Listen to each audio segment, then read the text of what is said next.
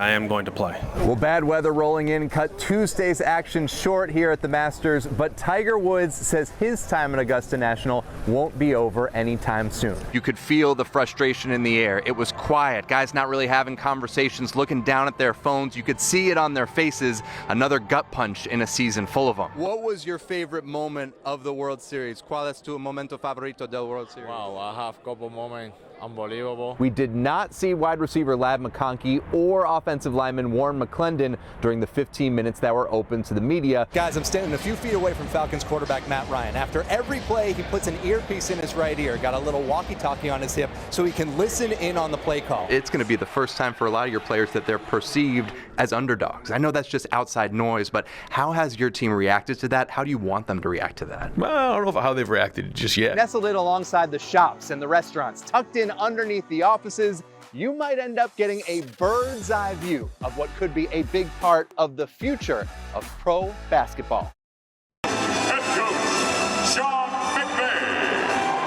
So Rams head coach Sean McVay is somewhere in there, and we've always heard he's got this amazing memory. He can remember every detail about any play he's ever called in the NFL, but does it go back to high school, his days at Marist in town? So we got War Eagles head coach Alan Chadwick to give us some plays to test McVay's memories. Oh, geez. Here, I knew this would be where we would go. Play number 103 against Shaw High School, third round of the playoffs, the go-ahead touchdown. Wham naked. That was hard run action fake. He comes to the sideline. He wants to call wham naked. Coordinator and I look at each other, just kind of shrug our shoulders and say, okay, go with it. Chris Davis, Chili Davis did an excellent job selling it and walked right in where, you know, I think anybody could have made that play based on the sell that our offensive line and our backs had. Does this look about right? That looks about right, man. That's a good look. There's some good circles, too. All right, play number 2. 2003 Southwest DeKalb season opener, second quarter on your 38. Bay runs the option. You were up 14-0. Yeah, it's an offset gun. We called it fake 38, and it was an option to the left on the left sideline. McVay still on his feet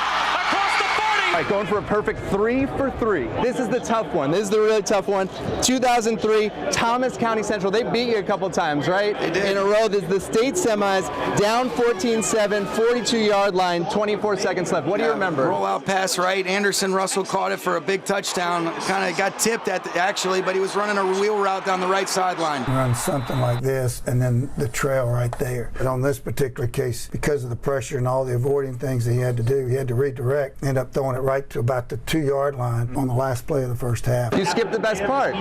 What's that? What happened to you on the sideline? Oh, I got waylaid too. How do you remember all these things? Because I think I saw that this week when you guys played it. Making some more memories this week that you can remember for another couple decades? That would be very, very special.